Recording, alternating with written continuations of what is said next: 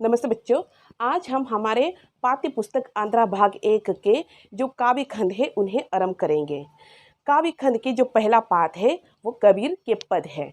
इस पाठ में कबीर दास के 2 पद दिए गए हैं, तो आज इन्हीं 2 पदों पर हम विचार करेंगे। किंतु सबसे पहले हम जो कबीर दास है, ठीक है, इस पाठ की जो कवि है उनका संक्षिप्त में उनके जो जीवन परिचय है, जो साहित्यिक परिचय है, उन पर हम प्रकाश डालते हैं।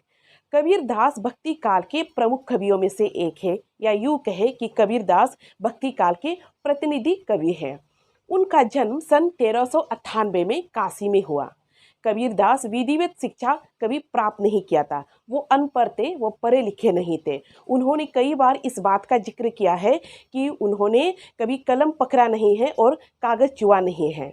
उन्होंने जितनी भी जो काव्य रचना सीखा, जो कविता करना सीखा, वो साधु और संतों के द्वारा ही सीखा है। वो कई जगह कई सारे साधु संतों के साथ रहकर काव्य रचना करना सीखा है। उनकी जितनी भी कविता है, काव्य है, जो कबीर वाणी है, वो केवल क्या है मौखिक रूप में ही था। किंतु बाद में उनकी जो शिष्य है वो उन्हें क्या है पुस्तक में संग्रहित कर दिया है। कबीरदास की जो प्रमुख रचना है वो बीजक है, जिसमें साकी, शबद और रमणी संकलित है। अगर हम उनकी जो काव्य विशेषता है उन पर प्रकाश डालते हैं तो कबीरदास की जो काव्य है उसमें बाह्य आडंबरों का विरोध है। जो बाहरी जो दिखावा होता है, जो धार्मिक पाखंडी होता है, उनका दत्त कर कबीर ने विरोध किया है। गुरु की महिमा का गुणगान मिलता है। कबीर की जो काव्य में गुरु की महिमा का गुणगान मिलता है। उनका मानना है कि ईश्वर प्राप्ति में और क्या है जो मोक्ष की प्राप्ति में गुरु का बहुत बड़ा योगदान है। राम रहीम की एकता का प्रयास है। कबीरदास की काव्य में राम रहीम की एकता का प्रयास मिलता है, यानी कि कबीरदास ने अपने काव्य के माध्यम से राम और रहीम यानी कि हिंदू और मुसलमान को एक करने का प्रयास किया है। परमात्मा की एकता का संदेश है। कबीरदास ने अपने काव्य के माध्यम से परमात्मा की एकता का संदेश दिया है। उनका मानना है कि भले ही लोग अलग अलग धर्म के क्यों ना हो, भले ही लोग अपने तरीके से भगवान को पूजता क्यों ना हो, रंग रूप अलग अलग है, किंतु क्या है उसका परम जो आत्मा है, जो ईश्वर है, वो एक ही है। कबीरदास की जो काव्य भाषा है उन्हें सदुकरी कहा जाता है। हिंदी भाषा के अंतर्गत जितनी भी बोलियाँ है वो सारे बोलियाँ कबीरदास के काव्य में मिलता है। जैसे कि मैंने कहा है कि कबीरदास कई जगहों पर कई साधु संतों के साथ रहा है, तो उसका परिणाम ये है कि वो अपने के काव्य में हर बोली का प्रयोग किया है। कबीरदास अंधविश्वास का विरोध करते थे और यही कारण था कि वो जीवन के अंतिम समय में काशी को त्याग कर, काशी को छोड़कर मगहर चले गए थे। क्योंकि कहा जाता है कि काशी में अगर कोई शरीर त्याग देता है, यानी कि काशी में किसी की मृत्यु हो जाती है, तो वो क्या है मोक्ष को प्राप्त कर लेते हैं, मुक्ति मिल जाती है। तो इसी अंधविश्वास का विरोध करते हुए क्या है कबीरदास मगहर चले गए थे और सन 1518 में मगहर में उन्होंने अपना शरीर त्याग दिया था, यानी कि उसकी मृत्यु हो गई थी। तो आइए संक्षिप्त में हम काव्य परिचय पर विचार करते हैं। जैसे कि मैंने कहा है कि इस पाठ में कबीरदास के 2 पद दिए गए हैं। तो पहला पद में कबीरदास ने हिंदू और मुसलमान दोनों के धर्म आचरण पर क्या है प्रहार किया है। हिंदू और मुसलमान दोनों के ही जो धर्म के आचरण हैं उनका क्या है यहाँ कबीरदास ने विरोध किया है, यहाँ प्रहार किया है। दोनों धर्मों के बाह्य आडंबरों पर आलोचना किया है। दोनों ही धर्म के जो बाह्य आडंबर है, धार्मिक पाखंडी है, उनका आलोचना किया है। मोक्ष प्राप्ति हेतु दोनों ही धर्म के मार्ग को गलत बताया है। मोक्ष की प्राप्ति के लिए, ईश्वर प्राप्ति के लिए दोनों ही धर्म की राह को, यानी कि हिंदू और इस्लाम मुसलमान दोनों ही धर्म की राह को गलत बताया है। दूसरा पद कबीरदास के रहस्यवादी काव्य है। इस पद में कबीरदास ने खुद को स्त्री बताया है और परमात्मा को पुरुष बताया है। खुद को बिरहनी स्त्री के रूप में प्रस्तुत किया है। खुद को जो परमात्मा के जो बिरहनी, ठीक है, परमात्मा से बिछड़ा हुआ क्या जो स्त्री है, बिरहनी है, ठीक है, अर्धांगिनी है, ऐसे प्रस्तुत किया है। आत्मा का परमात्मा से मिलन हेतु ईश्वर का आह्वान किया है, यानी कि अपने परमात्मा से अपनी आत्मा की मिलन के लिए वो ईश्वर का आह्वान करता है, यानी कि ईश्वर को पुकारता है। तो आइए हम काव्य व्याख्या पर प्रकाश डालते हैं। पहला पद इस प्रकार है।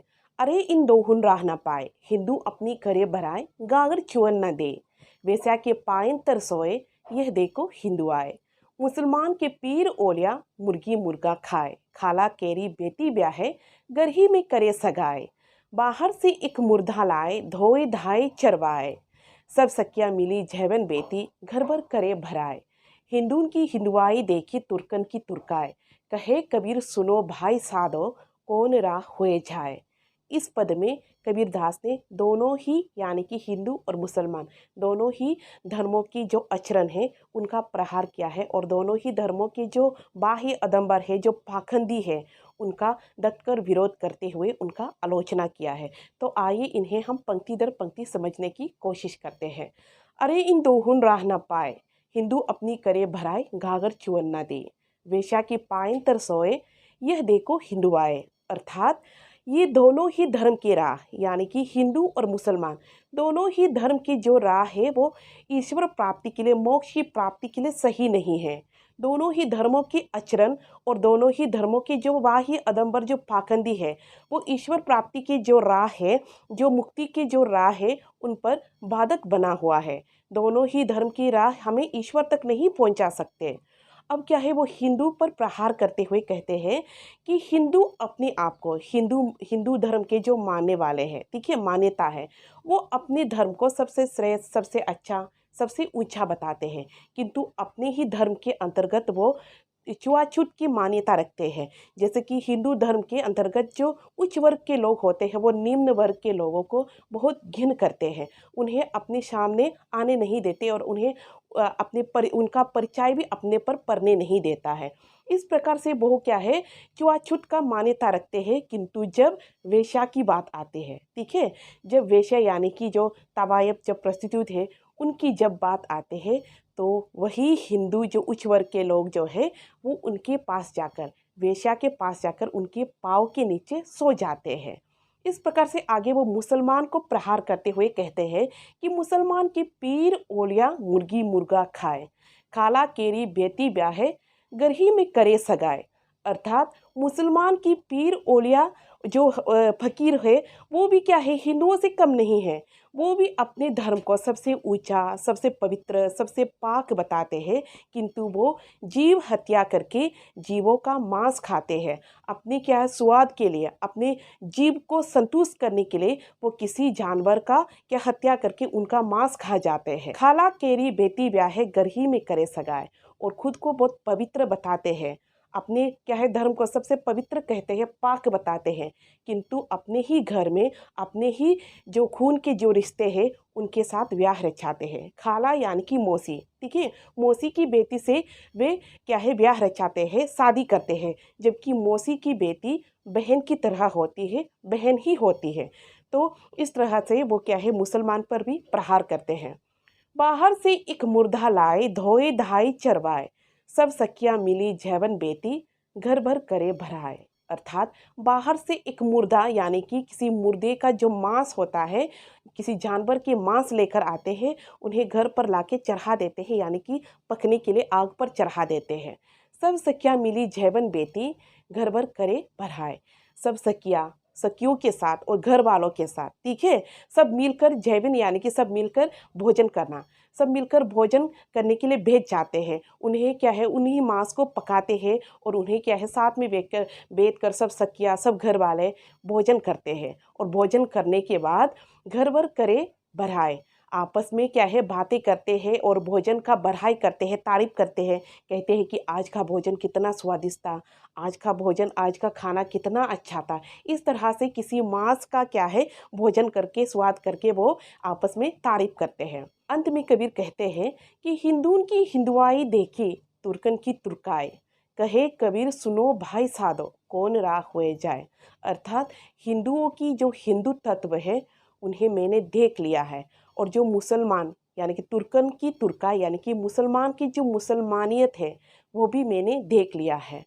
अब कबीर क्या है, जो पाठक को, जो आम जनता है, उन लोगों को कहते हैं कि सुनो भाई साधो, कौन राह हुए जाए। तुम अपने ईश्वर प्राप्ति के लिए, अपने ईश्वर को प्राप्त करने के लिए, मोक्ष की प्राप्ति के लिए, मुक्ति के लिए किस राह को चुनना चाहते हो। हिंदू धर्म की जो राह को चुनना चाहते हो या मुसलमान के जो धर्म की राह है उन्हें चुनना चाहते हो, ये प्रश्न वो हम पर छोड़ देता है। अब हम इसकी जो काव्य विशेषताएं हैं उन पर प्रकाश डालते हैं। काव्य विशेषताएं को हम दो पक्ष में देख सकते हैं, भाव पक्ष एवं कला पक्ष। पहले हम भाव पक्ष पर प्रकाश डालते हैं। इस पद में हिंदू एवं मुसलमानों के दोनों ही धर्म के आचरणों पर टीका प्रहार किया है। आडंबरों को ईश्वर प्राप्ति के मार्ग में बाधक माना गया है। जो बाह्य आडंबर है, जो धार्मिक पाखंडी है, उसे ईश्वर प्राप्ति के मार्ग में कबीरदास ने बाधक माना गया है। परमात्मा की एकता पर बल दिया है। कबीर ने इस पद के माध्यम से परमात्मा की जो एकता है उसका संदेश दिया है। ठीक है, उनका मानना है कि हर धर्म का जो परम आत्मा है, जो परम ईश्वर है, वो एक है। समाज सुधार की भावना निहित है। हिंदुओं की जो छुआछूत की जो प्रथा है और जो मुसलमानों की जो अपनी खाला की बेटी से जो ब्याह रचाने की जो प्रथा है, उनका वर्णन करके यहाँ कबीर ने अपने मन के अंदर, अपने भीतर जो समाज सुधार की भावना है उनको प्रकट किया है। अहिंसा का भाव निहित है। जिस प्रकार से जीव हत्या का वर्णन किया है, ठीक है, जीव हत्या करके जीव के जो मांस खाते हैं उनका वर्णन करके यहाँ उन्होंने अहिंसा का भाव को भी प्रकट किया है। कला पक्ष। इस पद में कबीरदास ने सदुकरी भाषा का प्रयोग करके भावों की सहज और सरल अभिव्यक्ति की है। शब्द चयन भावपूर्ण एवं भाव अनुकूल किया है। सब सकिया कहे कबीर शब्द में अनुप्रास अलंकार है। गेय पद शैली है, यानी कि गेय पद का मतलब होता है जिस पद को हम गा भी सकते हैं, ठीक है, गीत में प्रस्तुत कर सकते हैं। दूसरा पद इस प्रकार है, भालम आवो हमार गेह रे, तुम बिन दुखिया देह रे, सब कोई कहे तुम्हारी नारी, मोको लगत लाज रे, दिल से नहीं लगाया तब लग कैसा स्नेह रे, अन्न न भावे नींद न आवे, गृह बन धरे ना धीर रे, कामिन को है भालम प्यारा, जो प्यासे को नीर रे, है कोई ऐसा पर उपकारी, पीवसो कहे सुनाए रे, अब तो बेहाल कबीर भयो है, बिन देखे जीव न जाए। इस पद में कबीरदास ने खुद को स्त्री और परमात्मा को पुरुष रूप में प्रस्तुत किया है। वो खुद को परमात्मा के बिरहरी मानते हुए वो परमात्मा की यानी कि ईश्वर की क्या है आह्वान करते हैं, यानी कि उन्हें पुकारते हैं। पति पत्नी के प्रेम के माध्यम से, प्रेमी प्रेमिका के प्रेम के माध्यम से एक भक्त और जो परमात्मा है, जो भक्त और ईश्वर के जो बीच का संबंध है, आपसी जो प्रेम है, उन्हें दर्शाने का यहाँ प्रयास किया है। एक भक्त और ईश्वर के बीच को, ठीक है, उनके बीच के जो रिश्ते को दर्शाने के लिए यहाँ कबीर ने क्या कहा है कि जिस प्रकार से किसी प्यासे को पानी के बिना, किसी भूखे को अन्न के बिना चैन नहीं मिलता, उसी प्रकार क्या है भक्त को, जीव को परमात्मा के बिना कहीं संतोष नहीं मिलता है। ठीक है, उसी को यहाँ बताने का प्रयास कबीरदास ने किया है। तो आइए हम पंक्ति दर पंक्ति इस पद को समझने की कोशिश करते हैं।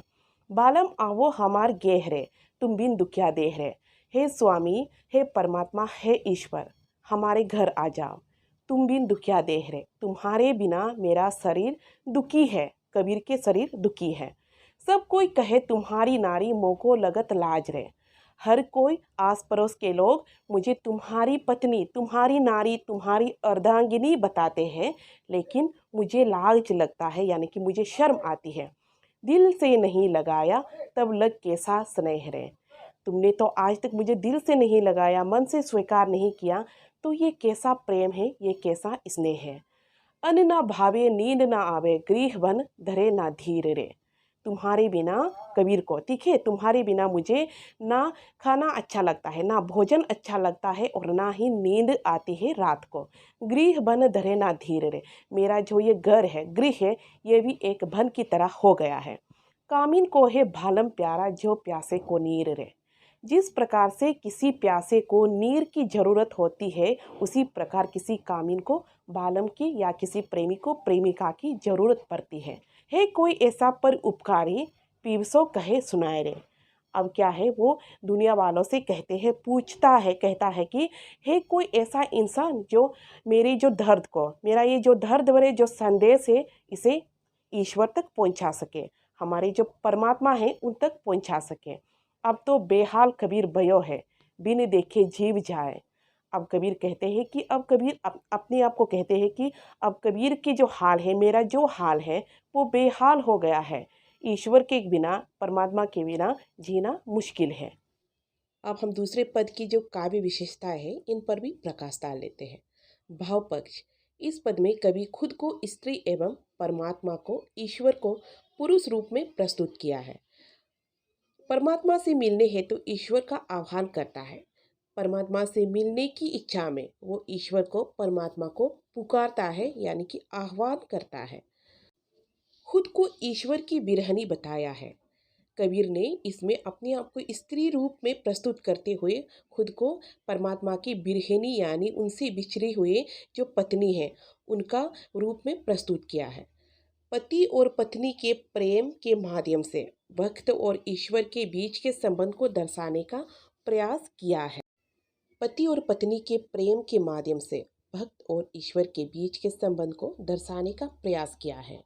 इस पद में कबीरदास ने पति और पत्नी के बीच जो प्रेम, जो आपसी संबंध, जो स्नेह होता है, जो क्या है, प्रेम होता है, उनका माध्यम से वो भक्त और ईश्वर के बीच का जो आपसी संबंध है, जो प्रेम भावना है, उन्हें दर्शाने का प्रयास किया है। कला पक्ष। इस पद में सदुकरी भाषा का प्रयोग है। भक्ति भावना की प्रधानता है। यहाँ कबीर खुद को स्त्री बताकर परमात्मा के प्रति जो भक्ति भावना है उसका प्रदर्शन किया है। लागत लाज में अनुप्रास अलंकार है। यह पद लयात्मकता एवं गेयता है, यानी कि इस पद को हम गा भी सकते हैं,